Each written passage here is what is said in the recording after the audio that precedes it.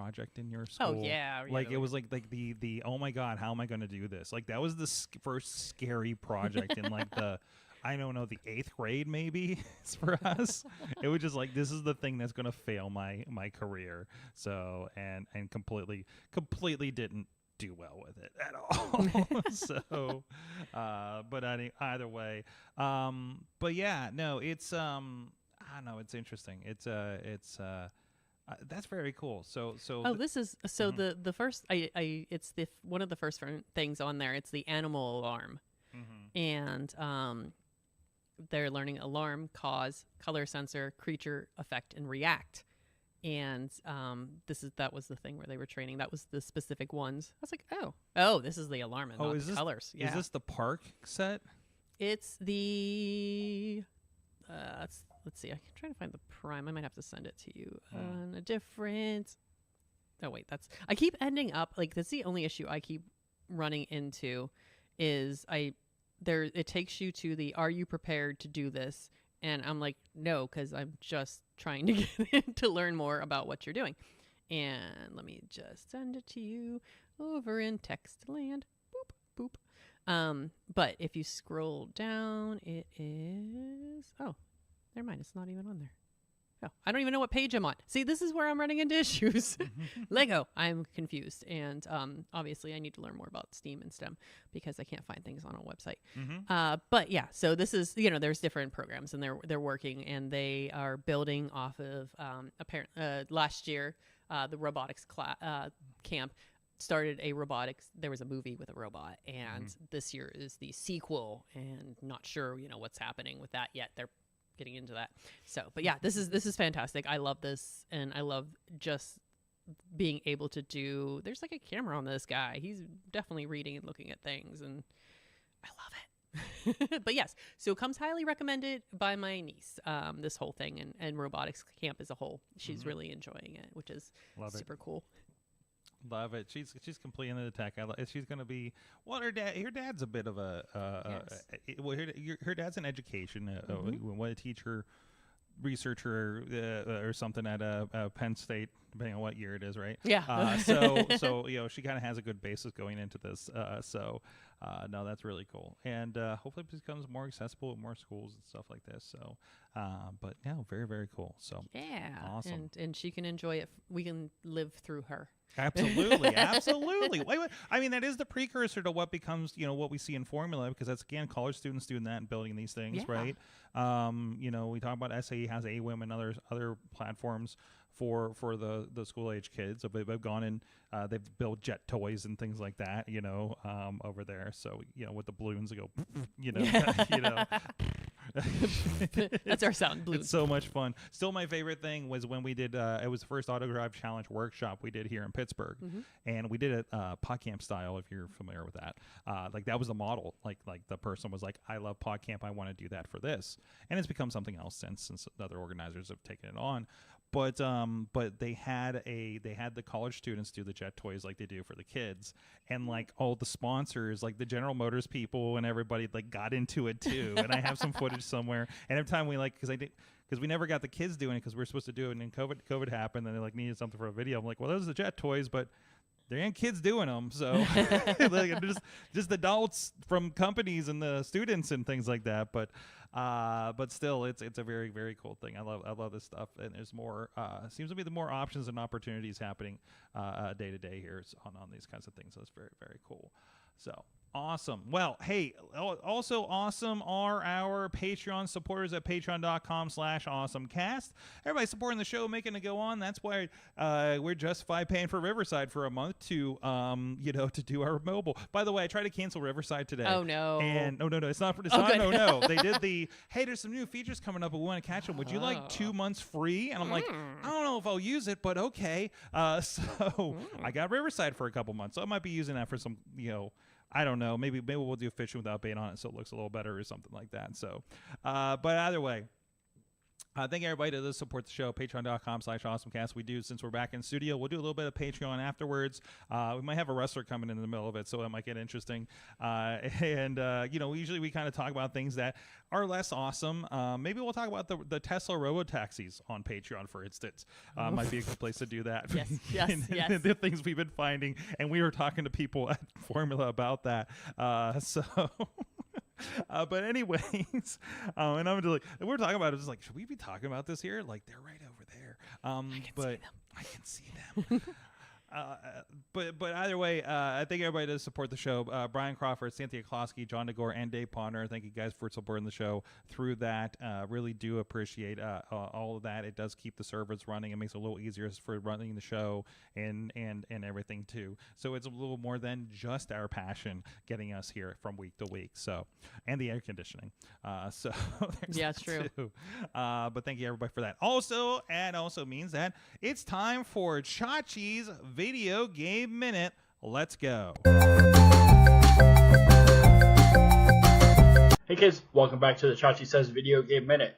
It's a slow news week this week, so here's the news I found that can fit in under a minute, and I can take my time.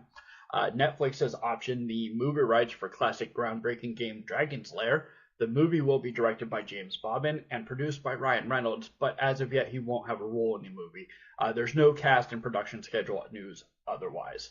And ChatGPT was embarrassed in a chess match. A Citrix engineer put the AI model up against an Atari 2600. The 90-minute match left ChatGPT flustered, requesting several restarts throughout the match, even going as so far as to come up with excuses, blaming the loss on the graphics. Talk about a sore loser. That's all the news I have for you this week on Chachi Says Video Game Minute. We'll see you next week.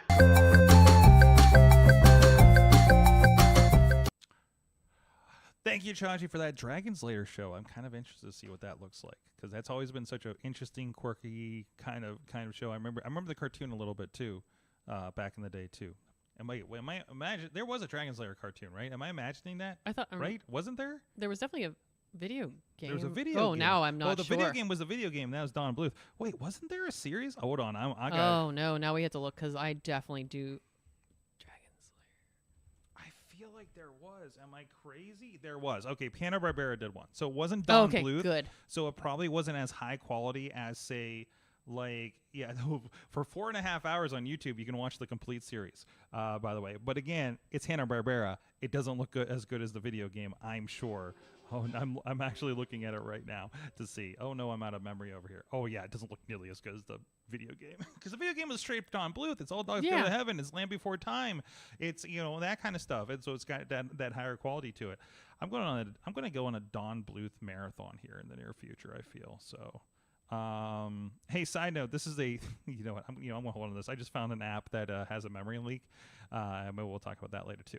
Katie, you have a follow-up to Dave Podner last week and some app that he was showing us. You were experimenting with this over our time last week. Yeah, so while we were at Michigan International Speedway, Dave had brought up Project Indigo, which is an Adobe app that's they're just testing it out right now. And I wanted to give it a go. Essentially, it combines a whole bunch of images at one time and then gives you this really crystal clear photo. And I was, especially low light or distances and zoom and things. And I wanted to give it a go on race cars. Essentially, let's if we're going to test something, we're going to go all in on this. Mm-hmm. And I had definitely taken a handful of photos while we were there. And this is my phone. This is my phone taking pictures of moving vehicles, and which weren't terribly close to me. Mm-hmm. I'm across a NASCAR track. It's like I looked and I was like, a NASCAR track is 40 to 65 feet wide, and if you zoom in on them, you can see faces. Like, that's how good. Like, either in the crowd or. I'm not gonna count this because these were sent over iMessage. Oh yeah. It'll not be the highest of quality. But plus, you guys are also going to be very crunchy because if it's coming over the stream too. So, but you can see faces. Like, I literally could see faces in the crowd. Mm-hmm. I could see drivers' eyes in their helmets as they're driving by. And like, this shot here is incredible because you can see everybody. And so, but I thought it was incredible. It did a very cool job. And there's your eagle. Yeah. Your eagle.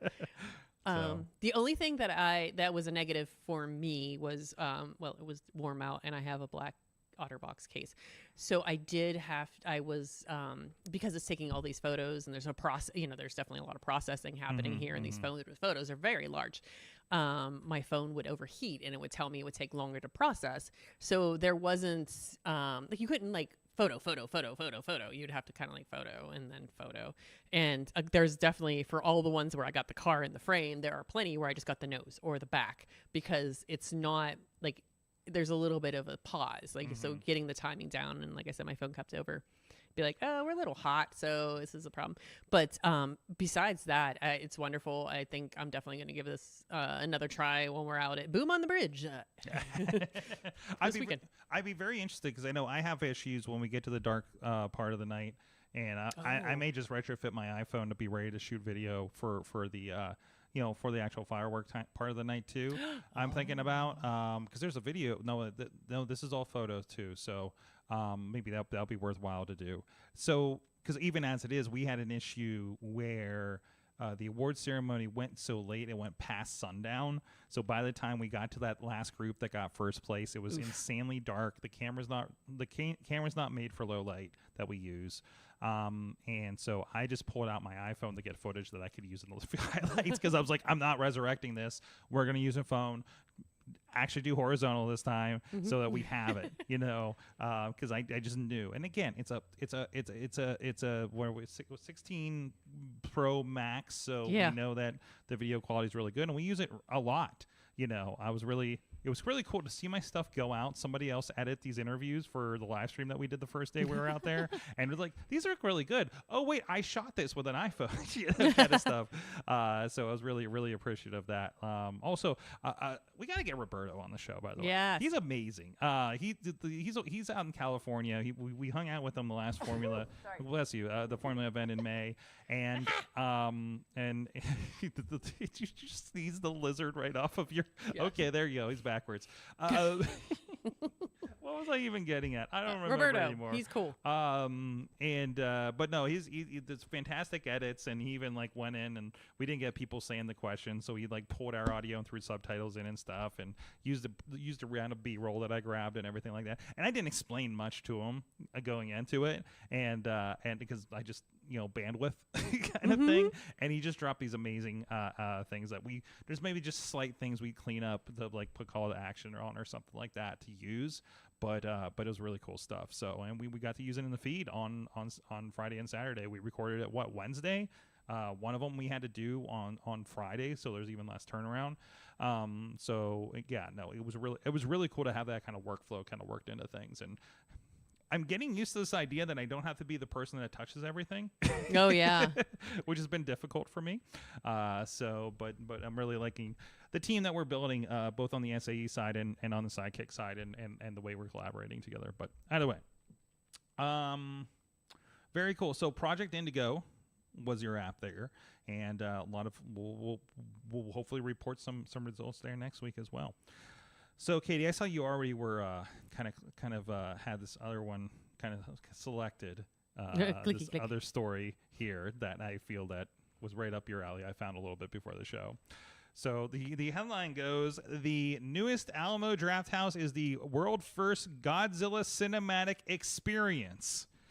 So this is up in Santa Clara, I think it is, California. It's up there near San Jose. So it's in the Bay Area.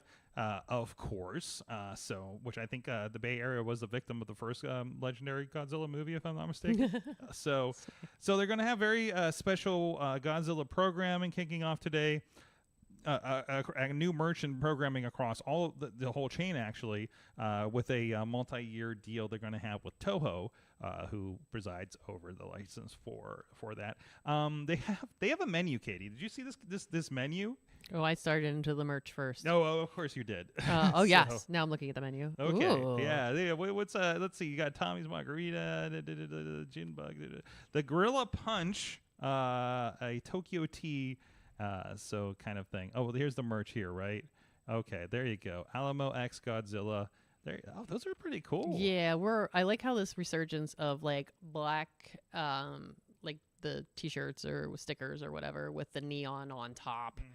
And I love That's kind of what our Star Wars night merch was all neon Darth Vader and stuff like that, right? So like I love those things.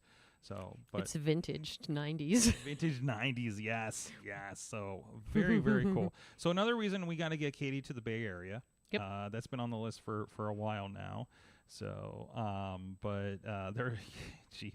they're having screenings throughout July, including Destroy All Monsters, Godzilla vs. Hedorah, and Mothra. So very cool. If you are in that area, hopefully this extent. I wish we could get a draft house in Pittsburgh in general. That'd be so cool. You know, like that's the only thing that would get me off of the AMC. AMC Plus probably is that have that opportunity for something like that. So, but very cool. So, yeah, if you're around in Alamo, hopefully you'll get a little bit of that programming as well. So, Katie, have you seen the story about T-Mobile is integrating Starlink? No, but this sounds very pertinent to your interests. Yes, exactly.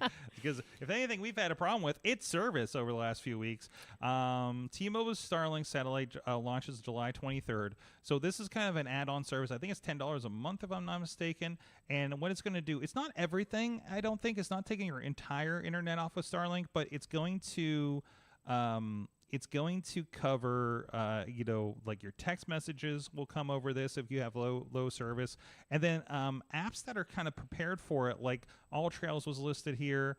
Let's see if I can find that list again. All Trails, Google, WhatsApp, X, et cetera, will be kind of optimized for use over this. So, which that makes sense. All Trails you'll be using out, hiking or something. And I know, Katie, you've been in some remote areas when you've done your hiking that comes in handy, right? So, like when you go down into a gorge, you have access to that. So, so allegedly this is going to be like more than, we've had satellite emergency text through satellite before through our iPhones. It's been included for the last several years. This is kind of expanding upon that. And allegedly, I don't completely understanding. Everybody else, including AT&T and Verizon subscribers, can pay $10 a month for access. It'll roll out a free 911 for text.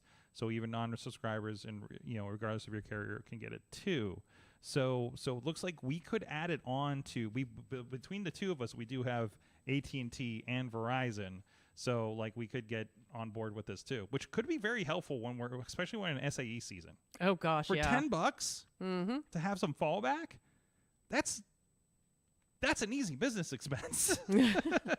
Yeah. So, because it is every time we go somewhere, it's all right, let's pull up speed tests, see who's got what, and it's so funny because a lot of times it'll be like, all right, I can upload things, you can download, but it's like one or the other. You're the one that's sending things. I'm the one that's just kind of over here, or we share a cup of internet between us, or whatever the case may be, right?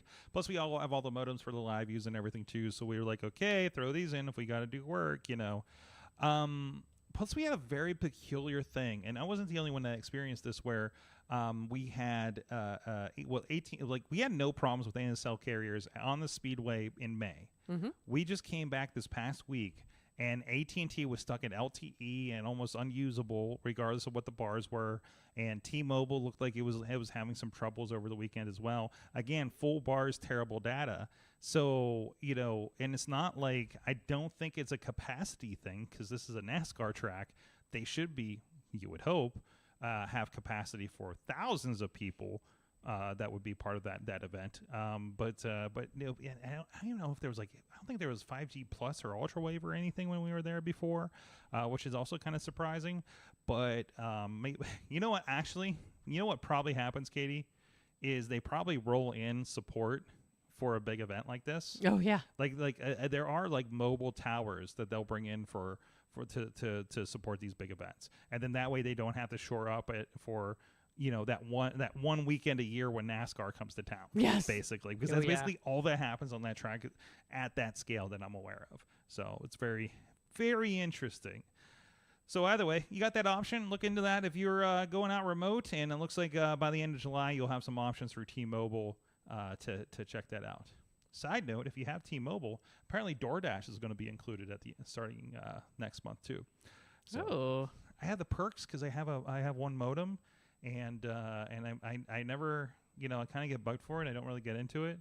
I didn't know that I had special entrance at T-Mobile Arena in Vegas, for instance, that I could have, like a loungy area I could have gone in, but the line was longer for that one. So, Katie, back to SAE and STEM, I guess. There was something that we discovered when we were on site with Formula with General Motors that I know you were very interested in. So there is a new, essentially, competition coming for SAE, and it is called the Civic Progress Challenge. And then the Civic Progress, the vehicle is, it looks like if you took two back ends of a van and put it together. But essentially what is happening, it's a virtual competition, and teams will be able to get these vehicles, and they're making them accessible, and how they would, how would you secure a wheelchair? What about the occupant restraints, seating, human machine interface? And they are going to integrate these into these vehicles, and hopefully learn more and more. And these could be things that we see out in the world, and make things much more accessible. It's great. Very cool. It's and my understanding is not even an in-person competition too. It's more or less a virtual one. Like they're going to submit their plans and things like that, and it's it's working on the mechanism of the car and trying to integrate it. I kind of call it a car. I kind of call it a car loosely as well. Yes. So this is the Origin driverless van. I was trying to look up because it was. I couldn't remember what it's called. Because we talked about it. Well, I can't remember what she said either, but it was listed in the site that from there. But I was trying to find a picture so we could illustrate what these things are. So this is one of those. We've seen a version of this at M City before. So this is a driverless van, and the idea is like, and you open it up. I don't know if I can get our picture of the inside, but it's basically like chairs on either side, and just no wheel or anything like that. So and there's nothing of the inside. So this is actually something that they halted the production on it for some reason. I'm not sure the details of that. I'm sure it's in this article I just brought up. But also, so they've kind of reused it. Oh, here's actually an article from Reuters about. Looks like this very competition, maybe? No. Oh, okay. So this is, I think this is an early version of this, because this is about General Motors Cruise unveils wheelchair accessible robotaxi. Yes. Oh, that makes sense. This is probably a part of the Cruise division, which got shut down in recent months. Oh, so that's probably why these things were kind of discontinued, because they've kind of been shaken up for their automated driving efforts over there at GM. I know they're I presume some kind of restructuring or something at this point, right? So, but they're obviously still moving. They have auto drive and everything. You're still looking at things, but obviously, it doesn't mean it's dead in the water. It just means that they're doing it a different way, probably. So, business reasons and things like that. And so, that's very cool. And I know you're very interested in that, because I know you're always looking for the accessibility angle on things. And yeah, this would be a great, and you wouldn't, especially if it's a driverless, and then you could just go where you need to go and not have to worry about getting a specific vehicle to come pick you up, or having that specific vehicle yourself. So Partner says, so for the Civic Challenge, there is a concept of a car. No, I think they're given one to work on, if I'm not mistaken. That's what it sounded like. That was my kind of thing. I think they were given the vehicle to work on and hack. Because like I said, they could tear it apart. I remember that. Yeah. So that was so they had one as a showpiece to get people into it. I know David talked about it a good bit on the live stream that we did over the weekend as well, because what David's very into. Oh, I got to ask him how his print job in Canada went the next day, by the way. Oh yeah. So, but anyways, yeah. So it's very cool, and it seems like there's more and more of these programs coming out of there. They're not just the motorsports based ones that we usually attend and do work on for ourselves. So that's very cool that they have some other options coming through. So my mother is also about accessibility too. So there you go. Very cool thing. What else we got here? What else you want to talk about that's on this on this list here, Katie? Oh, this is a very exciting list. No, sorry. I You're was just making like, fun of my list. no, this very It's exciting a list. very nice list. It is What a are you very talking nice about? list. Or will you just let me go off topic or off your list for a second? This is something I don't have anything about because this is something that's in an active thing. If you have a Facebook group, it may have disappeared today. There was an issue with these very large groups. Like, for example, one of my Animal Crossing groups, it doesn't exist anymore. And it sounds, and I just got an email. I thought it was just random. And then I just got an email from somebody else whose community I'm in, like it's an AI group. And they've also lost access to their groups. And it sounds like from what other things I saw online, these bots are showing up in these very large groups and mass reporting the group and getting the groups shut down. Oh, no. So if you have a group, I mean, it sounds like it's, knock on wood, larger than our communities, knock on wood. Make sure you're paying attention to your groups and what you got going on.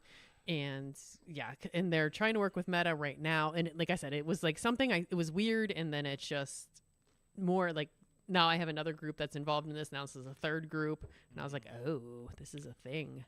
So I'm wondering, because there's been issues for a bit now, because we'll get some basically like bots or something just dropping porn in our group, and then I start getting a notice that our group is against community standards. Yes, right. that's it. And you know, okay, you get those all the time for the spams that make you try to click on things, but this was definitely you know, something where, okay, but I'm not in the group enough to see it. You know, I mean, enough, we interact in there, but usually somebody else like kind of seeing it or something like that, right? So, but yeah, that I think that's two sides of the same problem, probably. Yes. So, this is the thing, man. A lot of these become, and this is why people want to quit this stuff, because it just becomes, if you're just a person that has a group for a thing and you're not a tech person, you have a shop that sells things. Yep. You know, you have a shop, you're a beauty shop. You were like, well, I have to have a presence on Facebook. And then this is the stuff you have to deal with. Of course you don't want to be a part of this. So I think we're on what they call I don't know the word, the enshittification of things, because it's there, you have to be there, and you have to deal with the problems that go with it, and also you're targeted because you're there too. So it's a lot of issues, a lot of freaking issues in there. So watch out for your Facebook group. So there's no solution. No, it sounds like they are talking, trying to work with Meta in regards to this, at least these couple groups that I've looked at. And we just lost our Facebook home. Let's regroup. And this is also a reminder we keep going back to, and I feel like we just like broken records at this point, where this is why your email list is so important. This is why having a website is so important, because these things go away in 2 seconds. Like that's it. You're done. If your group, that was your main way to connect with your audience, and you've got thousands of folks, and now you've lost that connection, which hopefully they're able to get back, and they'll work through this, but it's not a guarantee. Yeah. There's still a bump in the road for whatever your community was doing, and you're going to lose people. People are going to be like, oh, that's not there, and don't realize it's missing, especially if you're a very large group. So there's a lot of things vying for attention, and if that goes out the wayside, then what are you going to do about it? So that's unfortunate. That's very unfortunate. But we got good news for Windows 10 people. Ooh. Which is most of my computers, actually. Windows 10 users can get extended security updates for 1,000 Microsoft Rewards points, or you can just pay $30. So, yes, the end of support is going to be for Windows 10 security updates and things like that is going to be October 14th, apparently. And it looks like that means, but they did say that you can extend it now. I don't know why they did the lead of 1,000 reward points or anything like that. So there's that situation. But either way, you're not completely in the dark there when it comes to something like that. So, we got our next guest just came into the studio early, so we're gonna have a fun Patreon with that. Yeah, give him the lizard to play with. There you go. Give him the lizard to play with. We'll have him pop in on the Patreon, maybe. Missy's in the back if you want to say hi. With the lizard puppet. With the lizard puppet. Yes, do it.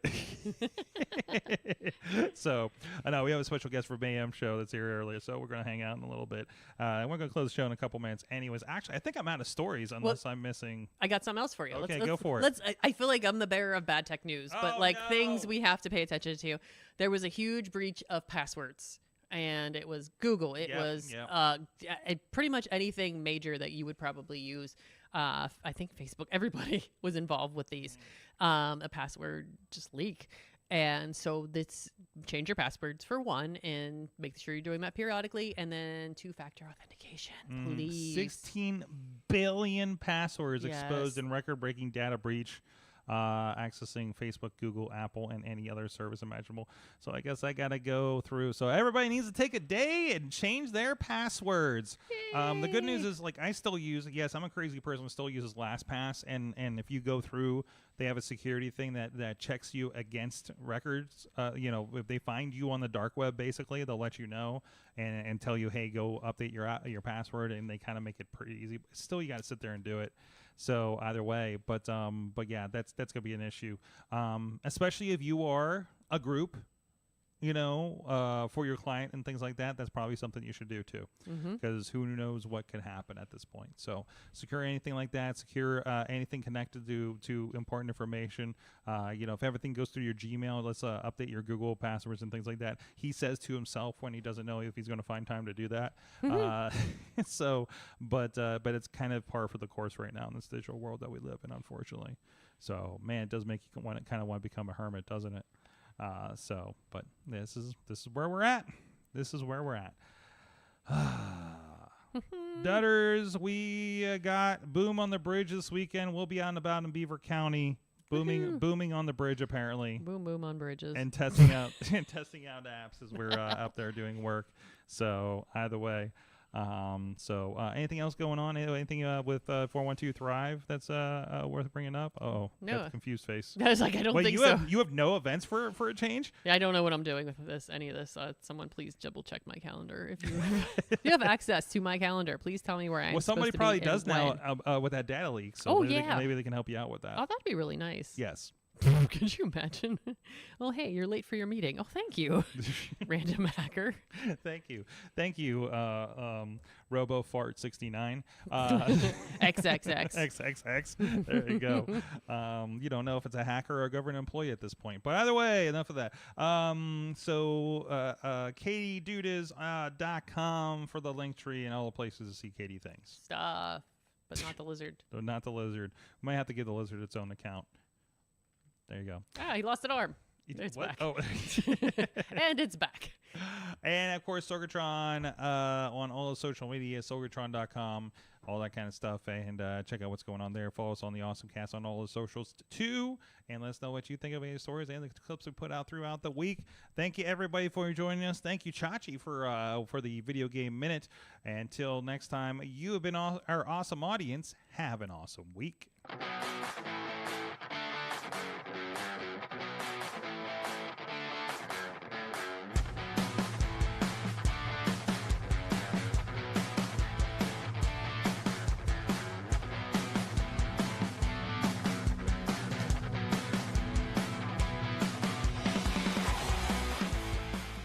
This show is a member of the Sorgatron Media Podcast Network. Find out more at Sorgatron.